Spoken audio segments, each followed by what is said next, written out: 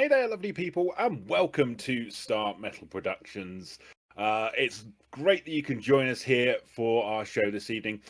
Tonight, we are going to be taking a look at our first arc and just discussing what we got up to, how the game played, and the hijinks that my two brave adventurers got into over the last 4 episodes. And we're also going to give you a sneak peek as to what we're going to be doing next as well. But of course, can't do this kind of journey without the actual main actors in our play. Would you gentlemen like to introduce yourselves and give us an overview of your character that you created for this game? Jack, do you want to go first? Oh boy. Yes, howdy folks. I'm Jack over at RPGs Uncovered. And I had the absolute pleasure of playing Clarence the Ghost in this arc, who really very quickly became one of my favorite characters I've ever played. It was a wild journey getting to know Clarence as I played him, and he really did go left to center a little bit, but it was a lot of good fun playing a ghost that really skirted the line between good and bad, pragmatism versus optimism, hex versus lumen. I had a ton of fun. We can get into that later. Yeah. Of course, And the Eye, my Rootin' Tootin' partner. Yes, I played Sean, who I wasn't really sure how I was going to play him, but like the way that I rolled the stats and everything, I was like, yeah, this guy's clueless to anything supernatural. He's going to be completely bewildered by everything that's going on. Not only being brought back from the dead, but by the fact that also his partner can do magic, which kind of blew him for a wild ride. So yeah, that was basically just the way I played him, was like a bewildered guy just who was a normal dude who suddenly found himself in this predicament of being brought back from the dead, and oh yeah, there's magic too, and oh yeah, werewolves, and oh yeah, gods and goddesses he's never heard of. Yeah, very much an eye-opening kind of scenario for your character, I think. So, just to give you all the overview, if you've not caught the series before, please go back and watch it. It was great fun. But essentially, what I tasked the team with was they were in the Old West, and they had been brought back from the dead to help a young necromantic child sorcerer investigate some bad things that were going to happen in her town that night by one of the 3 main families that lived there. And that was it. That was all the information she gave them, which frustratingly meant that they had to go out and do lots of their own investigations themselves to find out exactly what was going on. That led to some chasing around the town, a few fires, and a final confrontation, which I honestly think none of us expected to end the way it did. I certainly, the way I'd written the adventure, the way it ended, I had no clue whatsoever that was going to happen. But let's start from kind of the very beginning then. So, the characters that you kind of both developed, how do you feel about how their journey was throughout this game? And I'll start with the Eye. Well, I think that through his bewilderment of what was going on and not really understanding what was going on, I think the biggest thing that happened was he had a purpose that he needed to do, which is basically keep out of hell. But once throughout the time, I suspect he was also thinking very heavily on what comes after and what that means. Because once this is over, he had no real idea of what he was going to do with himself. He could assume a couple of things about like, oh, this has been how many years? Does anyone I still know live? That sort of thing. But at the same time, once it was over and he no longer had a purpose, the only real purpose he had was the first thing he came across, which was this little girl that just lost her entire family. And that's all he really had to grab onto in terms of like, okay, what do I do now? That was the only option that was kind of given to him at the time. It definitely, like the way it kind of ended, it definitely felt like you suddenly moved into this protector role. Yeah. And I think we saw that in the final kind of scenes where you were having to make choices as to, well, what do I do?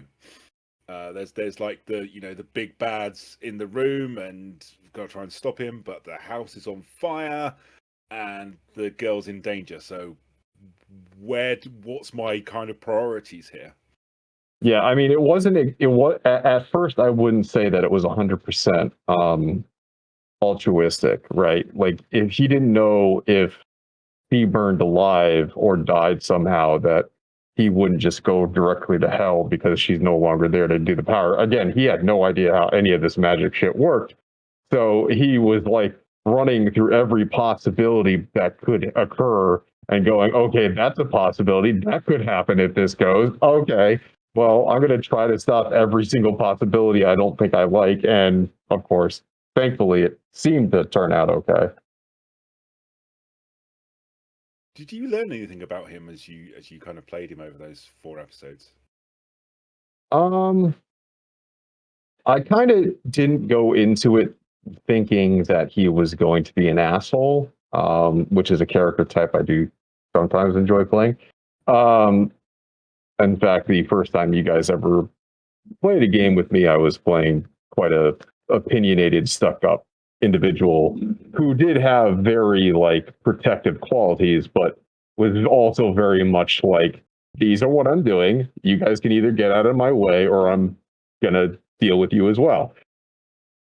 Sean wasn't that. Sean was more, oh, you guys have a different opinion. Why? Oh, Clarence, do you want to do it that way? Oh, okay. I don't know what's happening. So yeah, that's pretty much where that went. I mean, he did have a sorry, Jack, go on. Just blown by the breeze. Yeah, pretty much. And hating every door he comes across. Yes. You did have a kind of proclivity to be like, oh yeah, I'm just gonna shoot them. Yeah, that's probably the best idea. Yeah, because I mean that's all Sean really has. He's not that bright. He's not into magic. He's like literally he kind of felt so his background was he was a soldier. So he kind of felt like he's in enemy territory in a enemy controlled town who he doesn't know who they control and who don't. So as soon as there's any sort of hostile activity whatsoever, it's time to get the shooting. What about yourself, Jack? Because your character definitely had a I would say as you said earlier on, a very interesting arc and where you ended up at the end of the game. Yeah, I think my character was very different from Sean's, from the Eye's character, Sean. I think I think the arcs really sort of crisscrossed and juxtaposed each other pretty well, because I like that that Sean was seeking that connection, that purpose. It was all sort of against the backdrop of I don't want to be cast down into hell, but seeking that purpose, I'm going to latch on to overcome that in some way. And I really like that you sort of latched on to the girl as a protective figure, because I think your character not knowing the magics behind it and the superstitions behind it, I think really played into you putting a little bit more stock into the girl. Yeah, I don't want to and speak Clarence, for to you. be fair as well. Like, when Clarence said something, Sean was like, all right. Yeah, Like, right. he didn't really fight about it because he doesn't know if Clarence is telling a lie or not. And if it ever, got Sean to a point where he was figuring out that Clarence was manipulating him in some way, yeah, maybe there would have been an issue. But up until the end point of the game, there was never a point where Sean was like, oh, Clarence is fucking with me. Yeah. Yeah. So Sean was just like, yeah, Clarence knows what's going on. I guess I'm with him then. Yeah, I didn't want to make a character that actively worked against what was going on, worked against my fellow player. I have found that I do like to be the sort of sneaky bad guy, sort of tossed into the party, or the anti-hero, the antagonist protagonist. Without but there's a real fine line that you have to ride there, because you can't just work against your other players. You can't just work against the goal. So you have to work with the other players with the goal to progress everything in the way that it needs to go. But also your own personal motivations and the way you approach your character's sort of epilogue, I think, is where you can really define a real fun character that goes slightly against the grain of what was going on. And that's what I think I fell into with Clarence. I certainly didn't start the series thinking that I was gonna usurp the sorceress child and possess a werewolf and become the next moon goddess champion or something. That was none of that came up until like immediately as it was happening. But Clarence's whole motivation was really quite kind of the opposite from Sean. From the moment he was risen out of the earth by this little girl, the girl really didn't seem like she wasn't very helpful. It was, as I put in chat, arise my minions and do something. So she really didn't have any information on what our purpose was, what we were supposed to do. There wasn't really a contract. There was no term set. We didn't have any idea of what was going to happen when we heard 6 strikes of the bell. And Clarence doesn't like not knowing things if that came across. So everything Clarence did was in some way to make sure that what we were trying to have happen happened. I don't think anything I did threw anything off balance. I really wanted to work towards the end goal. But every time I saw an opportunity that I might be able to keep something in the back pocket for later, or spring on an opportunity to get out of the situation of just not knowing and take more agency into his hands, I think is where I really like that the character went. An almost reckless pursuit of radical self motivation. Definitely.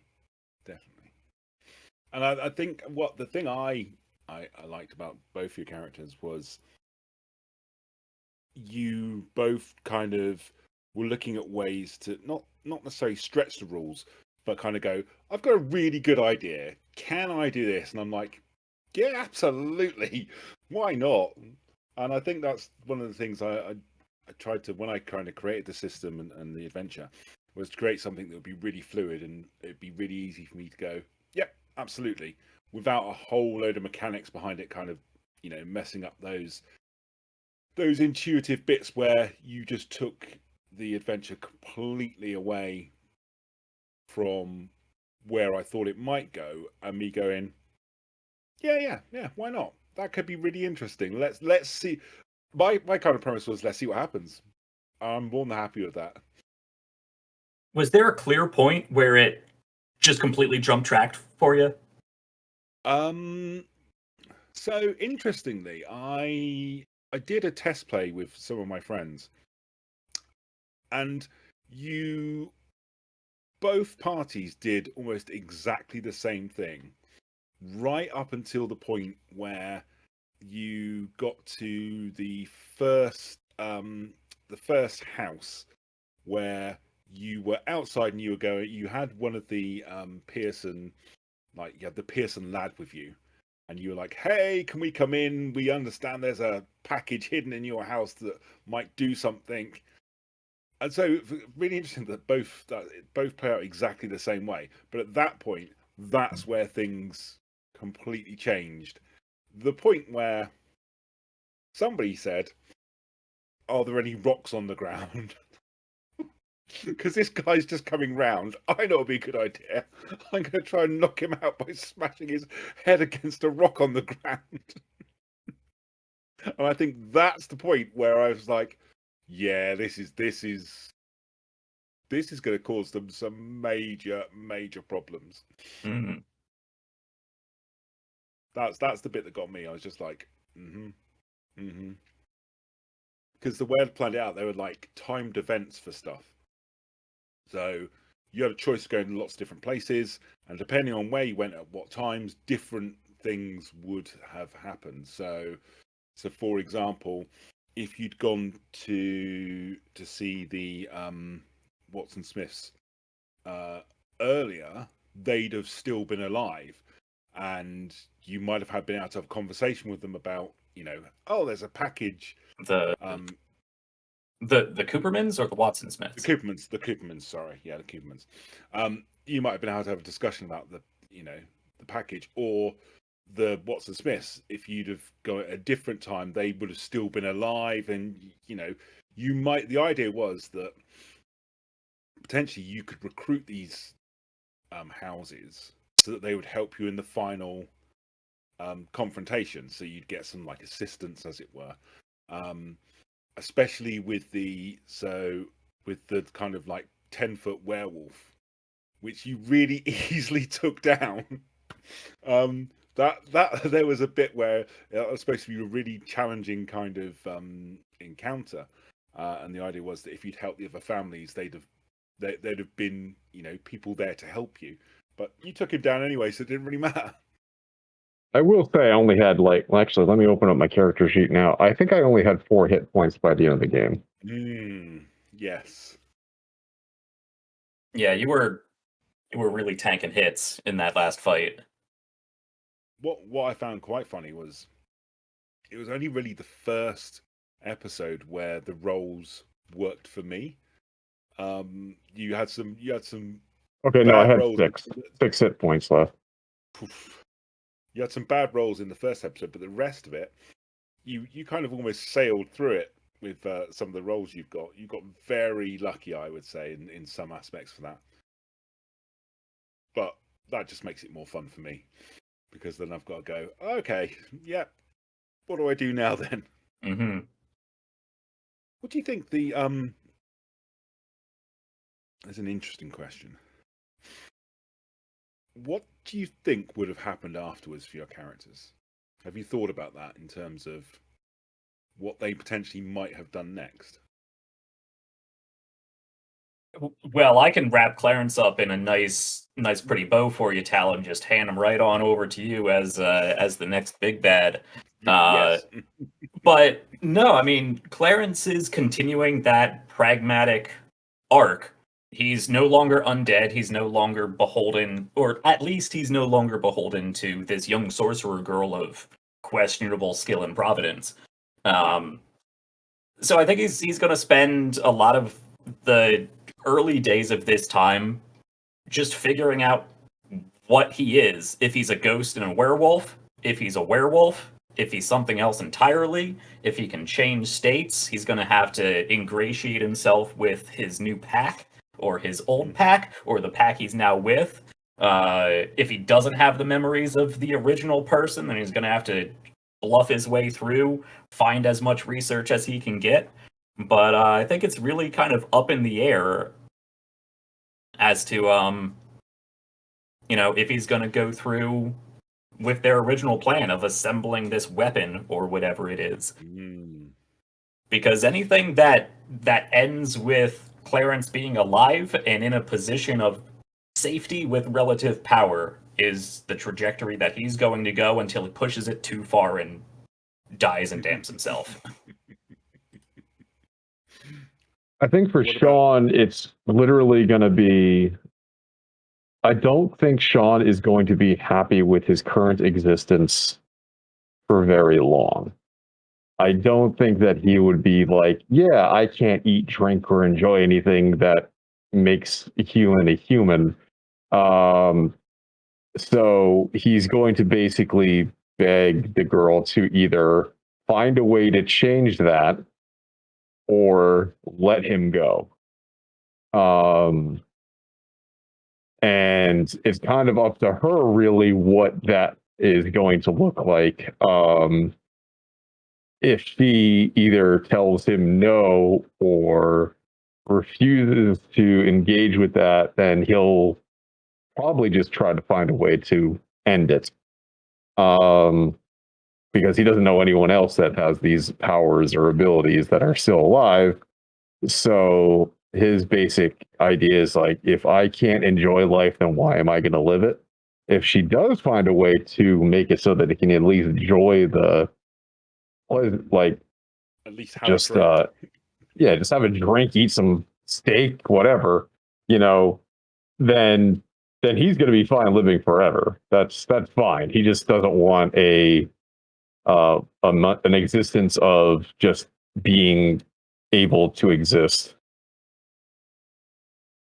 Because that was one of my favorite moments was, and I planned it into when I'd written the adventure. I planned it in there was to lay the ground of you've been told. Just remember, these disguises are just like illusions, and don't do anything that might throw that. And offering you a drink, knowing that I'd written in there, this is going to go straight through you, and it's going to cause you problems. Mm-hmm. But I love the quick reaction of, oh yes, we're just we're traveling folks who put on magic shows for people. And Clarence being like, oh no, what have you done? Yep. I've got to make this work somehow now. Facepalm so hard, my ghostly hand went straight through my ghostly face. That did make me laugh. I really did, because it's just like, yeah. I do think Clarence and Sean had a real fun connection between the two. I think we played off of each other really well, both player and character. But I'd be interested in what you think about that, because the first two episodes, I think it really was we were trying to figure out what each of us were good at, and Clarence is definitely the more manipulative schemer type who could probably, fast talk and throw distractions and engage in a little bit more social movement. But Clarence is also very much a background character whenever he can be. He's that creepy guy in the back corner going like this.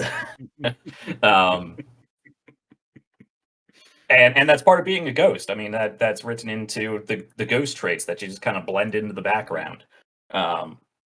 So I did find it really amusing that, especially in those first two sessions between the bar and the Watson Smith house, I had these plans of how I was going to go in and I was going to manipulate people, and I was going to fast talk and say this, that, and the other thing. And then Sean just comes in and, we're a traveling circus. Take it away, Clarence. Yeah, that's definitely how I felt in the first couple of sessions. It's like, okay, how is Jack envisioning how his character works at the same time as I'm still kind of fleshing out exactly how Sean engages with stuff. And it came to a head very quickly with that scene because, again, Sean has no idea what the hell's going on. And the first thing that pops into his head, since this is all freaking magic to him, it shouldn't be that big of a stretch for Clarence to do something to get us out of this situation really quick, saying we're magicians. So for him, it was just logic to say that. But, it always causes problems no matter what happens when you roll as badly as I think I did back in that first session.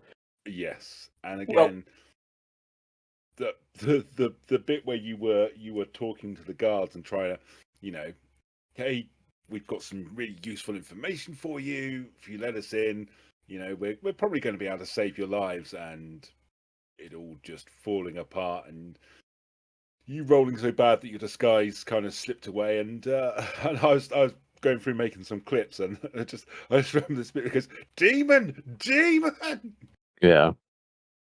just made me chuckle so much. So, and which just threw all your plans out the window at that point, and you were like, "Mate, okay, what do we do now then?" Yeah. I choke slammed somebody into a rock and killed them by accident, Yep. apparently. Yeah, wasn't expecting that. 100%. Yeah, That was a clear series of bad rolls right there. It really you was. you did definitely have a number of real cool real fun moments that stemmed from us rolling really badly or you rolling quite well. Mhm. Yeah, absolutely. And it was quite interesting because with picking up the artifact, that was kind of like a big point within the actual adventure itself. And it is possible, depending on, you know, the group I tested with, they went up to the mine, and were very chatty with the werewolves. Even one of the characters, he described himself as a like a traveling snake oil salesman, and he was offering them like anti-dandruff potions for their coats and stuff. And they did all this great stuff, and then didn't go into the mine, and so had no idea about, you know, this artifact that was kind of behind what was going on.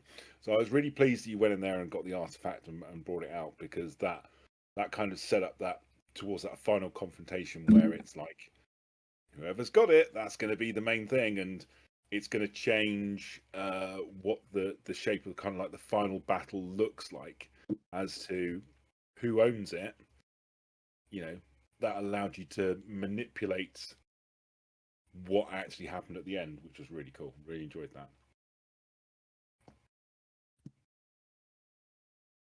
So, from a personal note, something else goes right. How did you find the actual system itself? See, it's something I'd put together, kind of like, and tested a couple of times, but I'm curious how you found it in terms of using it to tell the story.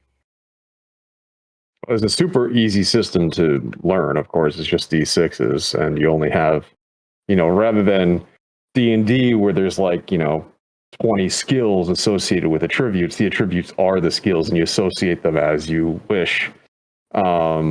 With, and I think a little bit more collaboratively with the DM. Can I use this for that? Which I do enjoy. The systems that I'm used to do have a little bit more of like the D&D style, where it's, you know, these skills do these things with these attributes, yada. There's even other systems where the skills are not associated with the talents whatsoever, that I play, which can also be interesting. Because just because you're the dumbest guy in the world doesn't mean you don't know how to put together a computer. That can be just something you're really good at, which is also an interesting concept. So yeah, there's multitudes of ways that you can do these skills to attribute settings, and it was just a really easy way to do it. I appreciated that. Yeah, I think that's definitely my kind of plan, was to create something that's very, in terms of collaborative storytelling, it would just make it easy for you to kind of go, I've got this idea, and how best can I do that, rather than be, say, constricted by calling for a dice roll on something really specific. And as my kind of thought process is, when it builds into a campaign, you'd be building in kind of like your experiences would then affect, you know, how many die you could roll in certain situations. So things like, you know, if you had to run away from a certain type of enemy or something, or you were badly injured, it might affect you if you came across them again, and that would kind of balance the dice a little bit. towards their favor, and so trying to make it a bit more real, I guess, in terms of how situations might affect what you're rolling for and how much die you've actually got in order to make those kind of rolls. But yeah, from my perspective, it's great to kind of just hand that part of the storytelling over to you guys and sort of go, well, what do you want to do? And let's find a way to do it. Yeah, more and more I find that I'm really enjoying what I like to refer to as like keyword-based games or prompt-based games. I cut my teeth on, D&D 3.5, Pathfinder, a lot of real crunchy systems where you had a lot of numbers, you had a lot of maths, you had a lot of charts, you had multiplications, division, 1.5, all kinds of crazy nonsense. Every skill had its pre-described list of uses. Every attribute was specifically associated with this one thing. If you wanted to do something, it had to be part of a pre-listed maneuver. And I still find enjoyment in those games when I want to play spreadsheet RPGs, but it's not something that I enjoy all the time. And I find that these sort of games that are much more fluid, a lot more collaborative when it comes to action resolution, and a lot more prompt based, really makes for better entertainment, really, and not just from a show production side, but even just from us sitting down at the table. I find that there's a higher entertainment and higher engagement value with systems like these, where you can mix and match things. You can take this keyword like hex, and I created all kinds of spells that were absolutely not in the book. None of those exist. Yeah, with Hex and Lumen as you have it set up, Yep. you can do a point of damage, you can confuse somebody, or you can basically take the assist action. And I've used those, but I also really, I pushed for some crazy things, and you let a lot of them through. I was like, let's go. And I think that is a ton of fun, because I think we all really enjoyed that, because I can come up with these crazy harebrained schemes, throw them over to you, and you go, oh. And sometimes the reaction alone is worth the request. Yeah. Okay. Yeah. But then we bounce it back and forth a couple of times, see how it lands, and then something happens, and then it's immediately thrown over to the eye, and it's just a constant. It just feels like you're constantly throwing that narrative ball back and forth to each other. Yeah. And I think and that was definitely how I kind of envisaged it. It was much more about how can I get the guys to tell the story and give as much agency as possible over to you, so that you can do things where you're just like, I'm going to try this really stupid thing. Will it work? I don't know, but I know that I can try it, and we'll find a way to make it work. So yeah, from my perspective, that created a few kind of standout scenes where it just felt like it was so worth it just to have those kind of scenes set up. I mean, just things like, the eye going, well, if I take a penalty, can I shoot multiple people at the same? It's like that. Yeah, of course you can. Why not? And then all of a sudden, everyone's on the floor, and it's like, yeah, that worked really, really well. Or I'd like to possess a werewolf. Yeah, why not? Go and triple or bust on let's possess a werewolf. And I think that's why I enjoyed it so much, is that when we got to the end, I had no idea what was going to happen. I absolutely no idea what was going to happen at all, and that's what I thoroughly enjoyed, because it kept me on my toes. I did like that. When I was just like, oh, my big bad's going to make his speech, and Clarence is just like, nope, no, he's not. Molotov. You want to talk? You can talk, or you're on fire. Okay. But things like that, I think make it that much more fun from my perspective. and it is always great fun playing with you guys, because I think we've done enough stuff together that actually I think we've worked out how we can push the boundaries of stuff without taking the mickey, without it being like, oh, this is really stupid now. Whereas because we've done all this work together, it's actually like, yeah, I'm going to trust you to.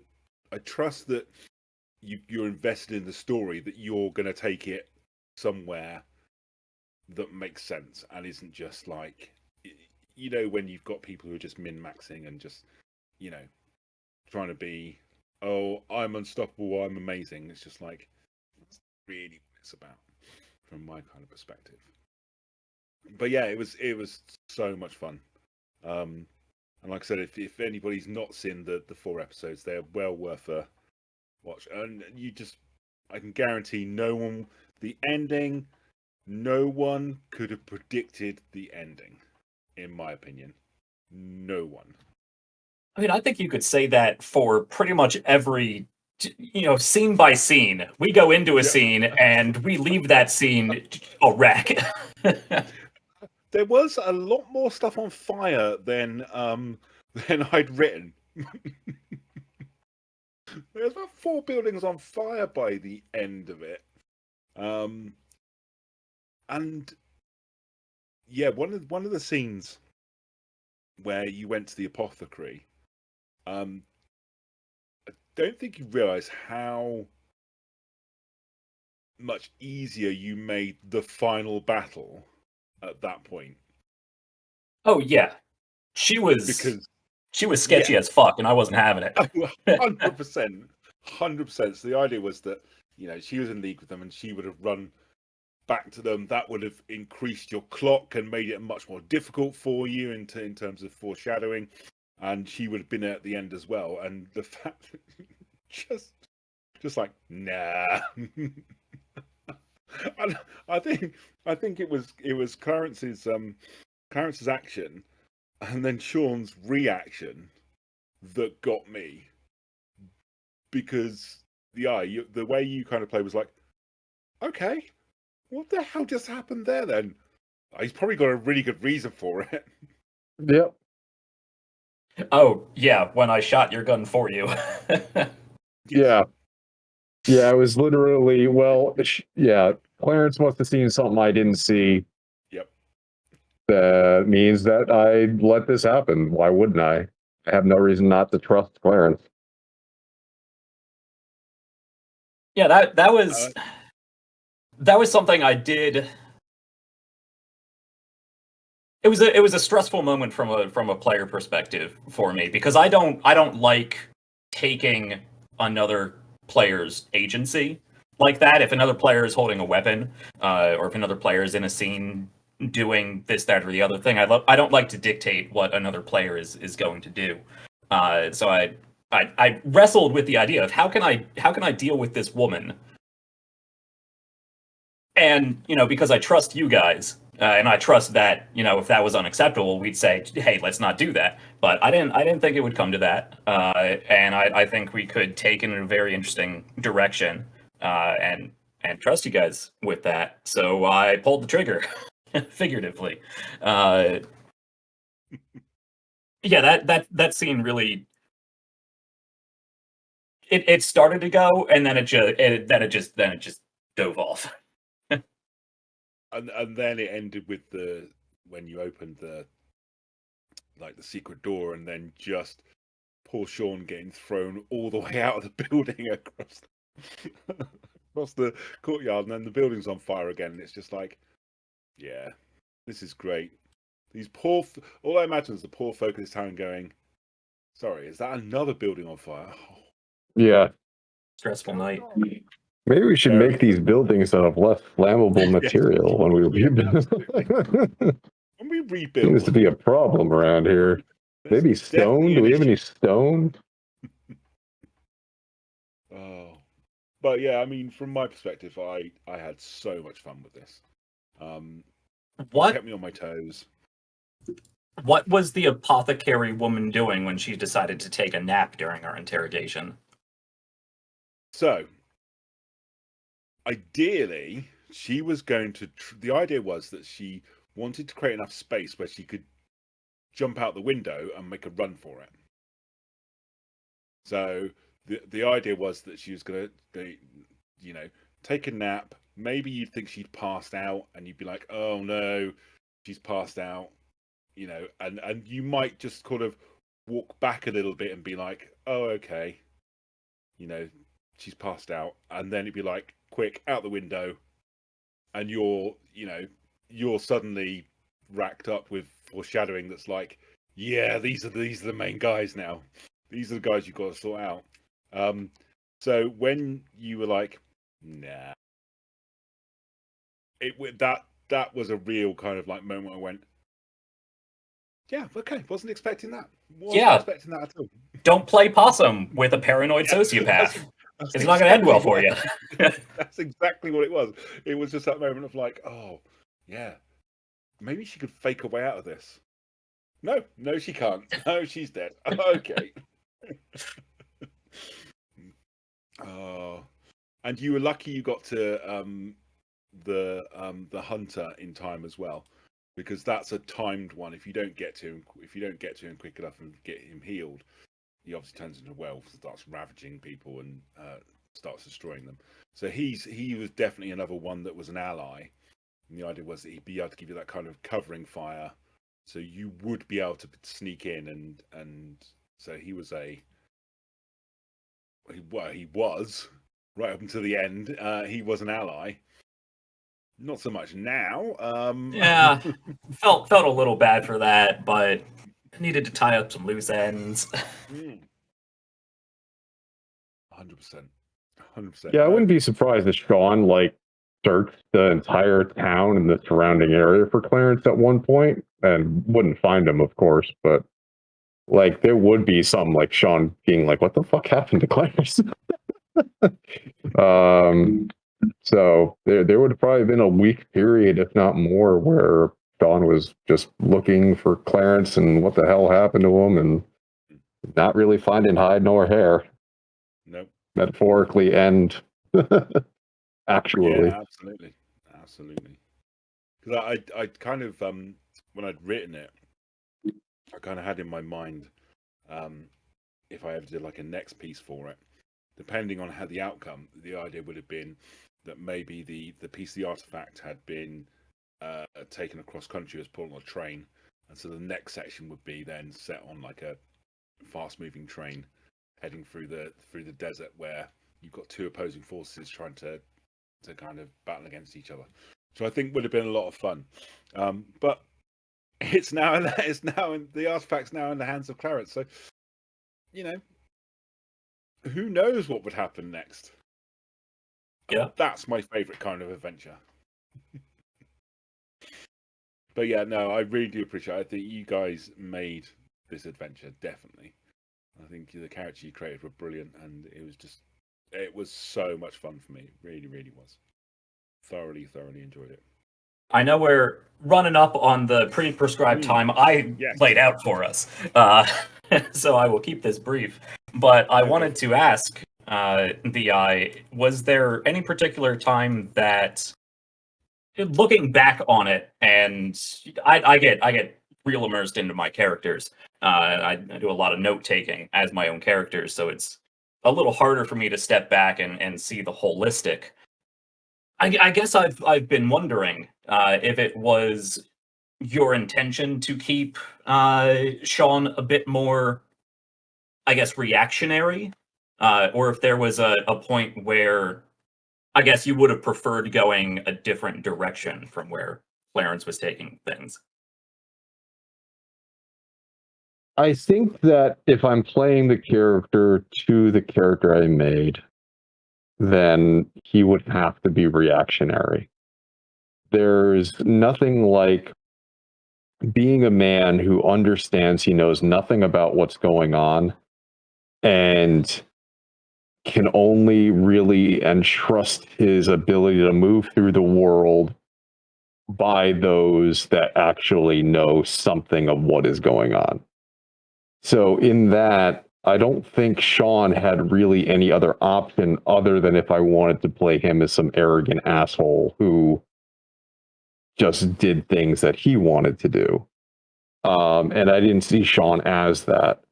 I didn't really feel like playing Sean as a religious fanatic who just superimposed his own religious values on what was going on. So I think that if I didn't want to play him as some arrogant asshole, I didn't want to play him as a religious fanatic who would interpret everything from his religious lens, then I think the only prudent way to play him was the way I played him, which was, okay, what's coming at me? Is Clarence doing anything about it? No. Okay, I shoot it. Or I go through it, or I, try to talk our way out of it. And in the beginning, the talking his way out of it was a lot more something he was trying to do. And after failing that a couple of times, he was like, okay, this isn't working, but my gun works. So yeah, I think that's where I was going with Sean. He comes across as a very kind of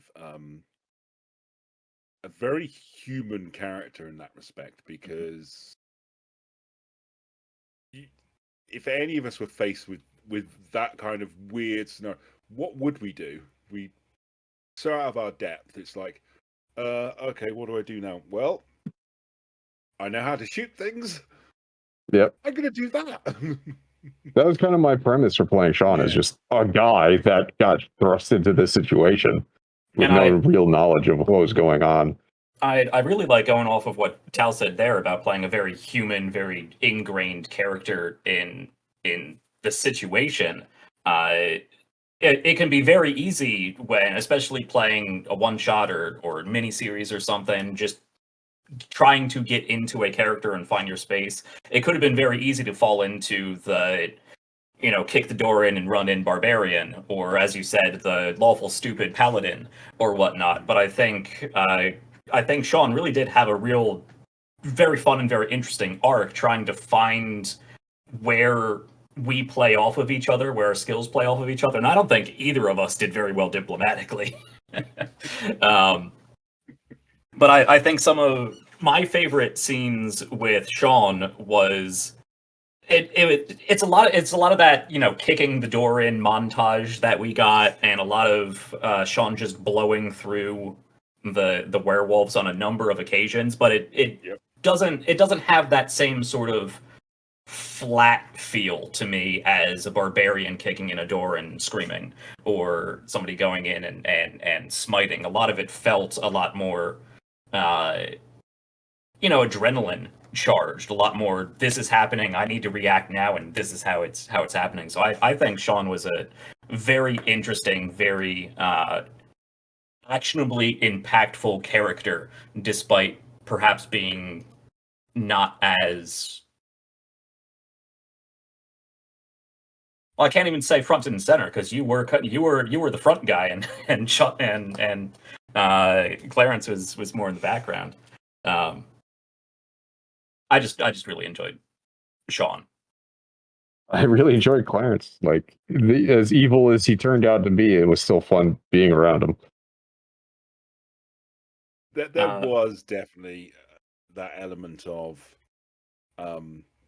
this guy's got a past, and it's a dark past.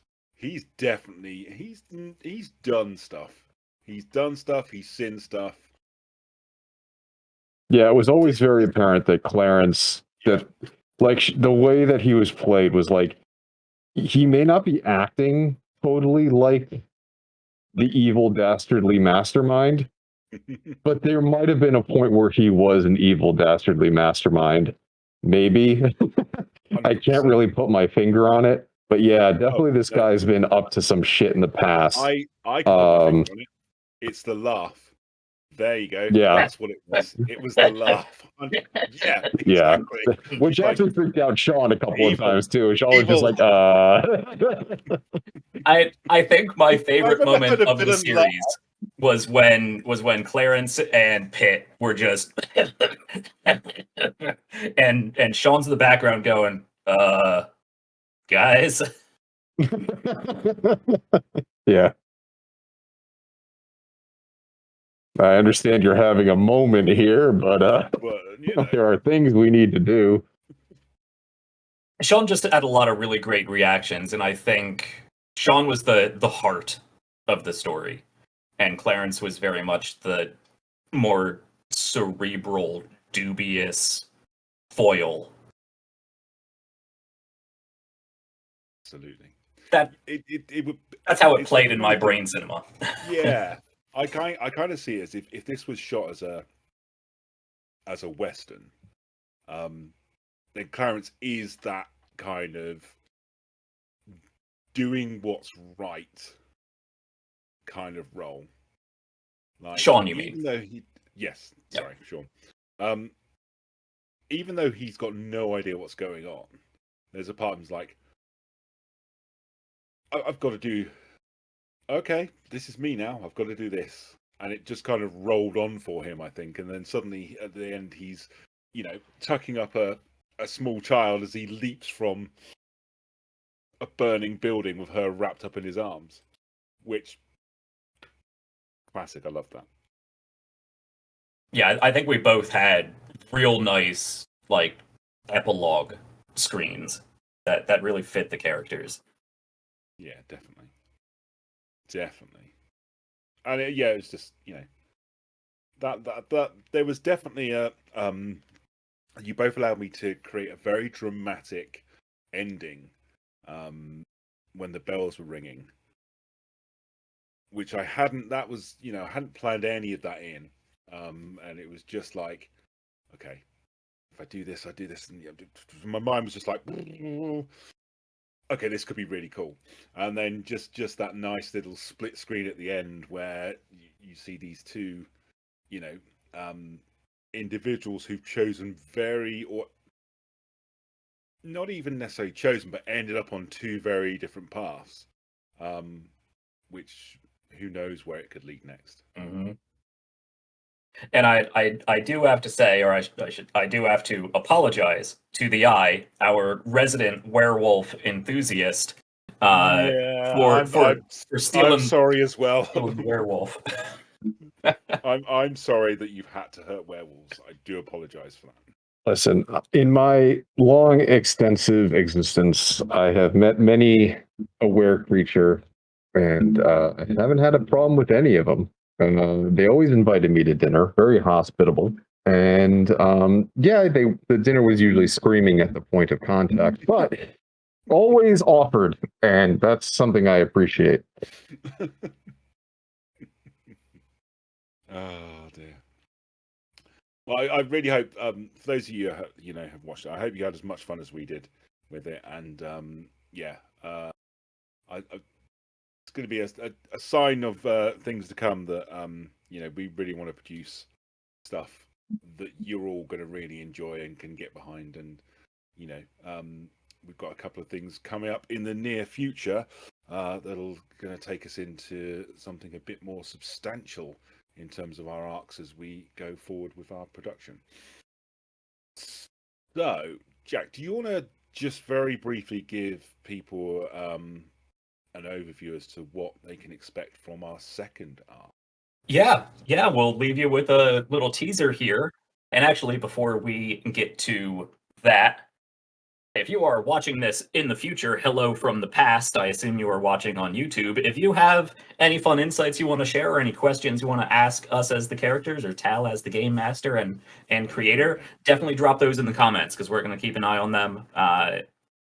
It's always fun talking about the games with the audience. So if you liked them, just say hi. Anyway, coming up next with Star Metal Productions, we are going to be moving into our next little mini-series entitled At Its Core. I do not have any sort of promo image just yet or a trailer. Hopefully I will get one before we start this up. But we will be beginning we will be beginning our new arc sometime either next week or the week after. We're going to have a little production meeting after this. But we will be playing Substratum Protocol by Pandion Games. I remembered this time. Pandion Games, a great team up between. See, I got the production name. Boyd. Gavin? I think it's Gavin Boyd. I'm sorry if I'm getting your name incorrect. But I had a very fun chat with the creator of the game over on my channel at RPGs Uncovered during one of our Whip Workshop creator interviews. It was a lot of fun. I really enjoyed talking, gaming philosophy with him and exploring the game. And it's basically sci-fi, eldritch, cosmic, scientific horror, deep underground. So basically, if you take Control, the video game Control, and you smash that together with Journey to the Center of the Earth, or that one where LA has a giant volcano under it, on a Lifetime movie or something. That's what we're going to be doing. We're going to have two expert scientists in their field descending thousands of kilometers down towards the center of the Earth, where there is some sort of mysterious entity, portal, something that is actively beginning to tear the planet apart. So that's what we're going to be up to for the next probably 4 to 5 weeks or so. A game that focuses very much again on human connections, human stories, how it relates to their journey and what they are leaving behind up at the surface, and just exploration and wonder. So it's going to be a real fun collaborative storytelling experience. More than me being the GM, I feel like we are just all collaborative co-writers in what we are coming up with. So it's fairly rules. I don't want to say rules light. It uses a combination of dice rolls and comparing them to card draws. And you can take cards and discard cards, and it has a whole bunch of really fun mechanics. But it's real simple once you get down into it, and I can talk about more of that while we're going through it. But definitely go check them out. Pandion Games, Substratum Protocol. The art was likewise done by Galen Peugeot, the illustrator, and it's Andrew Boyd. My apologies, Andrew. But go check out Pandion Games. I believe they have more than just Substratum Protocol, and I know Galen, the illustrator, has done magnificent work for other games like Stoneburner and the Starcrier conflict. If anybody's ever heard of that, a little show that didn't really go anywhere. I'm making fun of myself. And I'm also rambling. But we will be playing Substratum Protocol for the next few weeks, and I'm really looking forward to a scientific exploration of wonder and cosmic weirdness. It's going to be so much fun. I really can't wait. So we got that to look forward to. Other things on the channel, we're also looking into other programs we're creating. One of them, which I'm doing at the moment, is we're calling it the first hour-ish, which is where I play games in terms of, maybe some new games, maybe stuff I've come across that I've never played before, and play the first hour-ish. And give you my views on it. So you can check that out on the YouTube channel, and there will be some more stuff coming very soon your way. But that's it from us for today. Thanks for joining us for this little wrap up of our first arc. And do check the socials, and we'll let you know exactly when we're going to be back with the second arc in our series. And you can join us as we delve into the mysteries of the Earth. But thanks for joining us. It's always greatly appreciated. Don't forget to like and subscribe and follow us across the social media under Star Metal Productions. And do make sure you take care of yourselves. And we will see you all again real soon. Take care, everyone. Bye. Later, folks.